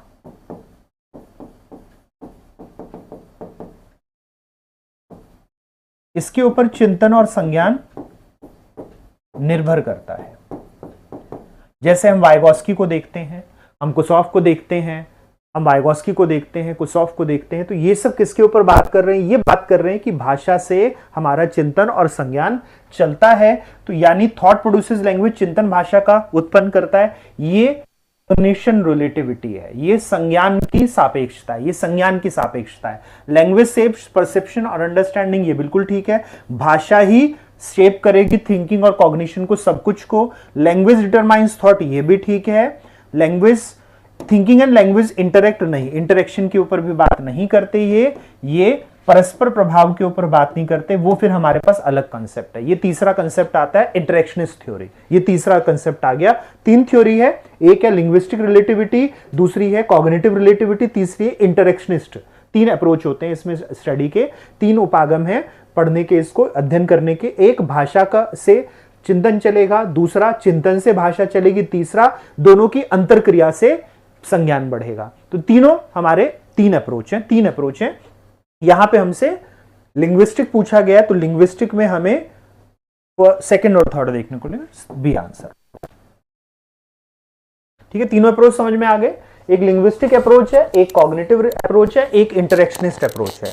एक है बिल्कुल वर्ब सैपर का हमारे पास जो देखने को मिलता है लिंग्विस्टिक अप्रोच है। वाइगोस्की का लिंग्विस्टिक रिलेटिविटी है। ये सब लिंग्विस्टिक रिलेटिविटी है, चाहे हम बॉब की बात करें, शपेर की बात करें, कुस्तोफ की बात करें, हम इसकी वाइगोस्की की बात करें, ये सब किसके ऊपर बात करते हैं? ये सब बोलते हैं कि पहले भाषा, फिर भाषा से ही सब कुछ चलेगा।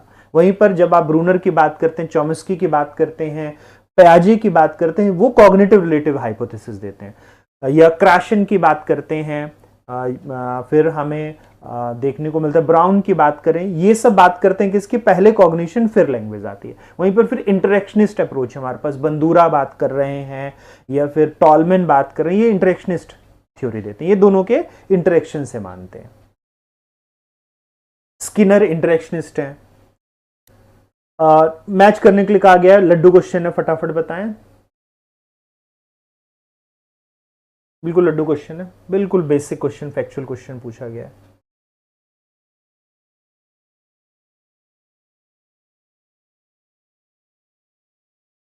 चलिए लगाना शुरू करें। तो थर्स्टन 7 PM में देते हैं, PM में प्राइमरी मेंटल एबिलिटीज थर्स्टन देते हैं, A का 2 आ जाएगा। गार्डनर हमारे पास मल्टीपल इंटेलिजेंस देते हैं, और JP दास हमें पास मॉडल देते हैं। वहीं पर स्टर्नबर्ग हमें ट्रायर की थ्योरी देते हैं। आंसर हो गया A2 B3 और D4। तीसरा आंसर तीसरा आ गया, A2 B3 C1 और D4। चलिए नेक्स्ट देखें। डिडक्टिव, इंडक्टिव, ह्यूरिस्टिक और एलॉग्रिथम डेफिनेशन के साथ दे रखी हैं,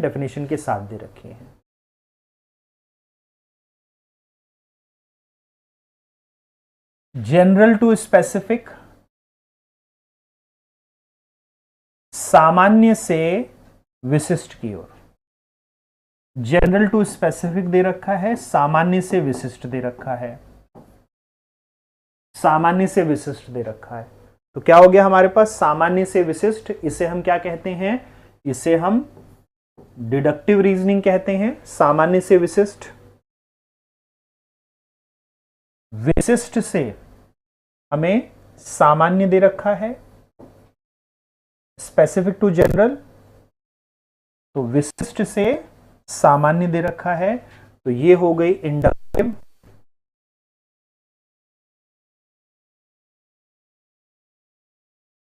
सीरीज ऑफ स्टेप्स, चरणों की श्रृंखला, ये हो गया एलॉग्रिथम। और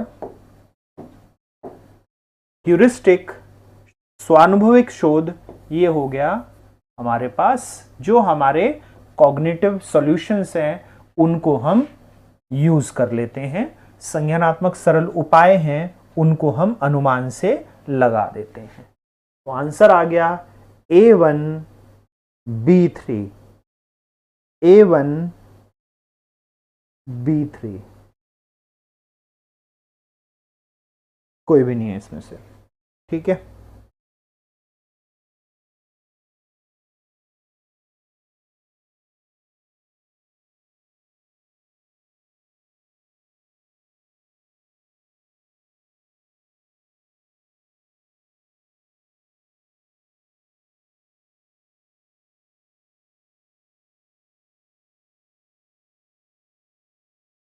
चलिए नेक्स्ट देखें। C का 2 और D का 4। यहाँ पे C2 D4 इसमें है, बस हमारे पास ना ये उल्टा हो गया है। A को 3 में दे दिया, B को उसमें दे दिया, जबकि डिडक्टिव इंडक्टिव हमारे पास ये होगी। आंसर ये ना गलत है, 1 होगा और ये 3 होगा, ठीक है। चलिए नेक्स्ट देखें। 4 stages theory of creativity was proposed by Joseph wireless. Joseph Wallace का जो हमारे पास सिद्धांत है, बिल्कुल लड्डू क्वेश्चन फिर से।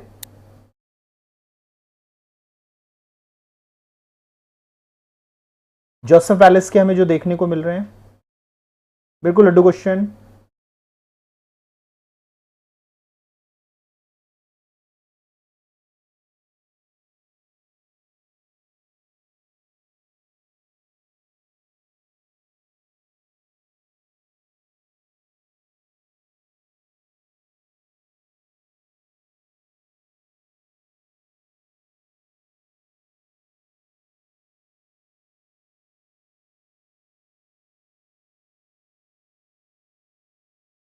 बिल्कुल हमें आसान देखने को मिल रहा है। सबसे पहला हमें तैयारी देखने को मिलेगी, दूसरा इंक्यूबेशन देखने को मिलेगा, तीसरा इलिमिनेशन देखने को मिलेगा, चौथा सीधा एबीसीडी हमें देखने को मिलेगा। आंसर ये हो गया।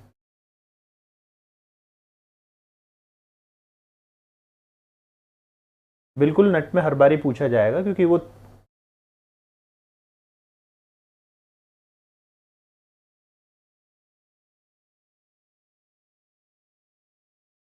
ठीक है, बिल्कुल सीधा ही एबीसीडी हमें देखने को मिलता है। वालेस का सिद्धांत है हमारे पास। 7 कैटेगरीज ऑफ इंटेलिजेंस, तो 7 कैटेगरीज कौन कौन सी है इसमें, कौन कौन सी हमें 7 कैटेगरीज देखने को मिलती है।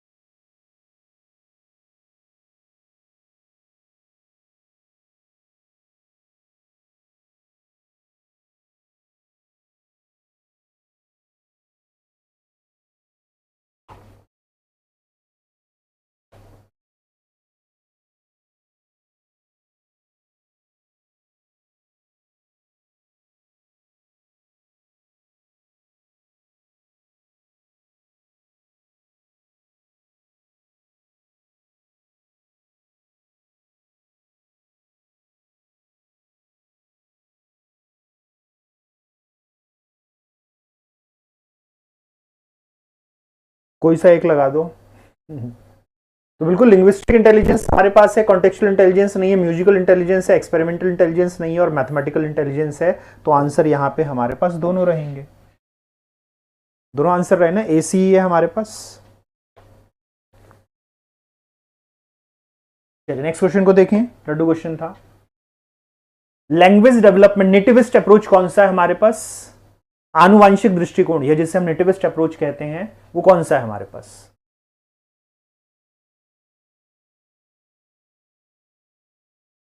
नेटिविस्ट अप्रोच,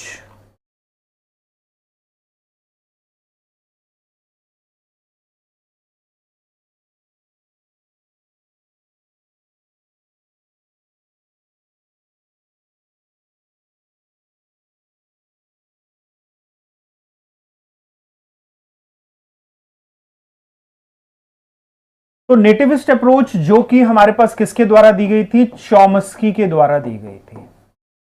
अभी हमने देखा exposure to language and environment, ये कौन सी है, ये सोशियो कल्चर होती है, ये सोशियो कल्चरल है, ये सामाजिक सांस्कृतिक है।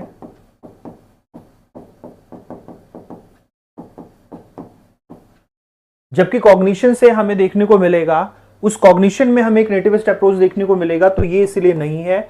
लैंग्वेज एक्विजिशन डिवाइस बिल्कुल चॉम्स्की देते हैं। नेटिविस्ट आनुवांशिक दृष्टिकोण में इन्नेट लिंग्विस्टिक कैपेबिलिटी, नैसर्गिक भाषी सक्षमता की बात करते हैं, यूनिवर्सल ग्रामर की बात करते हैं। आंसर यहां पे हमें चौथा देखने को मिलेगा।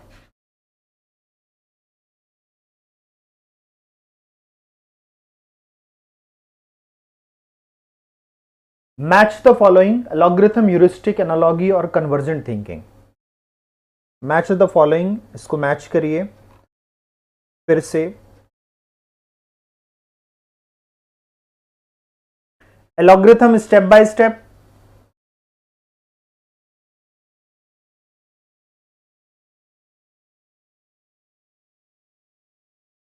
एनालॉगी सिमिलैरिटी, अनुरूपता, एनालॉगी में हमें समानता देखनी होती है, तो एनालॉगी तो पहला आ गया हमारे पास। Similarity between a new situation, नई स्थिति और पुरानी स्थिति में समरूपता ढूंढने की योजना, सिंगल करेक्ट सॉल्यूशन, एकमात्र सही समाधान, कन्वर्जेंट हो गया, कन्वर्जेंट थिंकिंग हो गया, एकमात्र जब हमें देखने को मिलता है, ठीक है, मेंटल शॉर्टकट्स करना, हमने मानसिक लघुत्तर विधियों में पुरानी जो हमारे पास समाधान है उनको खोजना, ये हमें ह्यूरिस्टिक देखने को मिला।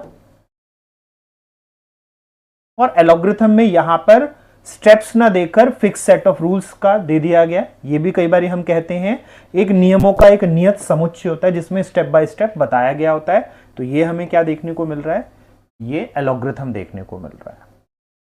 तो ए का 3 और बी का 4, ए 3 और बी 4, सी 1 और डी 2, सी 1 डी 2। ठीक है, आंसर ये हमें देखने को मिलेगा।